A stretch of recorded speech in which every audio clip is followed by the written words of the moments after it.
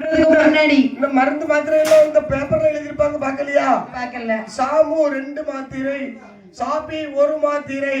சாப்பி அந்த சாமு சாப்பின்னு சொல்லி என்ன திருநூறுபத்துல மாத்திரை எல்லாம் கொண்டு வந்துடக்கூடாது. மாமா என்ன உங்களுக்கு எப்ப கொண்டு வரணும்? காலை ஒரு வேளை, மதியம் ஒரு வேளை, மாலை ஒரு நேரம். 3 நேரத்துல ஒரு நேரம் தவறிடுச்சுன்னு வைங்க, அப்புறமா நான் சும்மா விட மாட்டேன். உங்களுக்கு வேலை செய்யறதுல பரவாயில்ல, என் வேலை இதுல பாதிக்காதுடா மாமா.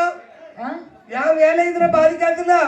என்ன உத்தியோகம்? நான் 11 பிச்சை எடுக்க போனோம். பிச்சை எடுக்க 10 வீட்டுல பிச்சை எடுத்தாதான் சாப்பாடு ருசியா இருக்கும். பிச்சை எடுக்க போயிட்டு அப்படியே போயிருந்து அரண்மனை பக்கம் வந்துடக்கூடாது. ஆமா.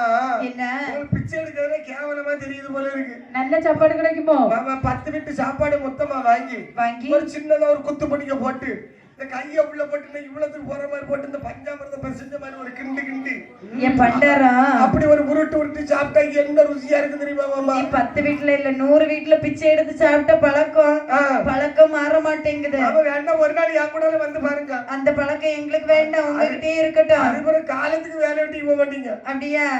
வேண்டாம் வேண்டாம், நாங்க கஷ்டப்பட்டு வேலை செய்து அதுல வரக்கூடிய சம்பளம் எங்களுக்கு போதும். அப்ப பிச்சை எடுக்கிறது என்ன லேசுப்பட்ட வேலையா? பிச்சை எடுக்க வேலை உங்களோடய முடியட்டும். அது கஷ்டமான வேலை. அதாவது நாளிலிருந்து திருநீர் கொண்டு வர வேண்டும் என்று சொன்னார் பாருங்கள்.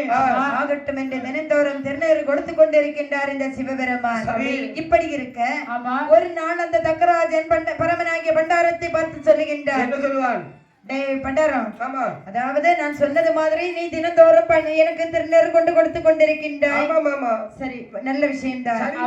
ஆனால் ஒன்று, மாமா மாமா என்று சொல்லாதேடா. எனக்கு திருநீர் கொண்டு வந்து கொடுக்க கூடாது. ஏன் தெரியுமா? அதாவது நானும் அவன் 55 தேசத்து ராஜாக்களுக்கு அதிபதி. நாங்கள் வருடத்திற்கு ஒரு முறை எங்களுடைய நாட்டு வளமைகளை பற்றி பேசிக் கொண்டிருப்போம். அந்த சமயம் பார்த்து நீ எனக்கு திருநீர் கொண்டு வந்து கொடுப்ப. அங்க பக்கத்துல இருக்கிறவங்க எல்லாம் இது யாருன்னு கேட்பாங்க. நீ என்ன பார்த்து மாமான்னு சொல்லுவ. நீங்க எனக்கு மாமா தானே மாமா, இதுல என்ன இருக்கு மாமா சொல்றது? எல்லாருக்கும் முன்னாடி நீ என்ன தயவு செய்து மாமான்னு கூப்பிடாதே. நான் அந்த இடத்துல வச்சு போடா வெளியே என்று சொல்லுவேன். அங்க இருக்கிறவங்க எல்லாம் இதுக்கு யாரு உங்க மருமகனானு என்ன கேவலமா பேசுறதுக்கா? மாமா என்ன நாளைக்கு எனக்கு லீவ் அப்படிதானே? நாளைக்கு விடுமுறை இல்ல. நான் சொல்றது வரைக்கும் இனிமே எனக்கு திருநீர் கொண்டு வரக்கூடாது. அப்படி ஆகட்டும் மாமா. ஆகட்டும் என்று இருக்க மனதிலே நினைக்கின்றார் இந்த பரமனாகிய பண்டாரம். அடே அரப்ப புலவே, நானோ இந்த உலகத்தை எல்லாம் அடக்கி ஆளக்கூடிய ஆண்டவன் ஆதி சிவபெருமான். சரி, நான் உனக்கு திருநீர் கொண்டு வருவது அவ்வளவு அவமானம் என்ன? நாளைய தினத்திலே நான் உனக்கு திருநீர் கொண்டு வந்து கொடுக்கத்தான் போகிறேன். அப்போது என்ன நடக்கிறது என்று பாரு. ஆமா, இதுதான் சமயம். ஆமாம் என்று பகவான் அப்படி மனதிலே வர்மமாக வைத்துக் கொண்டிருக்க மறுநாளைய தினத்திலே மற்ற நாட்டு மன்னர்கள் எல்லாரும் வந்தார்கள். இந்த தக்கராஜன் தலைவனாக அமர்ந்து நாட்டு வலிமைகளை பற்றி பேசிக் கொண்டிருக்கின்றார்கள். அப்போது வருகின்றார் பரமனாகிய பண்டாரம். கை நிறைய திருநீரை எடுத்தாரு. மாமா போடா, இந்தாங்க ஆண்டி. யாருடா உனக்கு மாமா? வெளியே போன பண்டாரம் வந்து விட்டான். ஆண்டி பேயன் பித்தன் என்று சொன்னார் பாருங்கள். நினைக்கின்றார் சிவபெருமான். இவனுடைய வாயினாலே நம்மை பார்த்து போடா என்று சொன்ன பிறகு நமக்கு இங்கு என்ன வேலை? நம்ம அள்ளிக்கிட்டு போக வேண்டியதுதான் என்று பகவான் பார்வதியை அழைத்துக் கொண்டு இங்கே வருகின்றார் என்றார். அது சிவனாரோ பார்வதியே பார்வதியே பார்வதியே பார்வதியே இந்த திருமண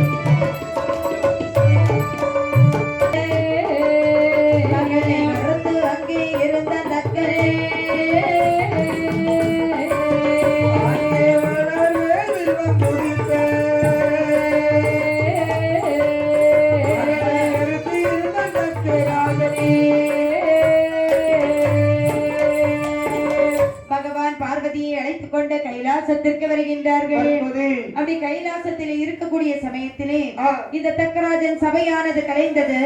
அங்க இருந்து வர்றான். வந்தவன் வீட்டிற்கு வந்து வேதவல்லியை பார்த்து கேட்கின்றார். வேதவல்லி, என்ன? என்னுடைய மகள் தாட்சாயணி எங்கே? அங்க குக்கர்ல சோறு வடிச்சிட்டு இருந்தா. குக்கர்ல வடிச்சிட்டு இருக்கிறா.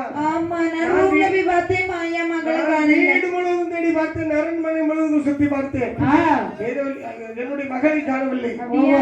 பின்னாடி துணி துவைச்சிட்டு இருப்பாங்க பாருங்க. பாரு, நான் எல்லா இடமும் பார்த்துட்டு தான் வந்து கேட்டுட்டு இருக்கிறேன். அப்படியா? ஆ, அப்படியானால் பார்வதியையும் காணவில்லை, பரமசிவனையும் காணவில்லை.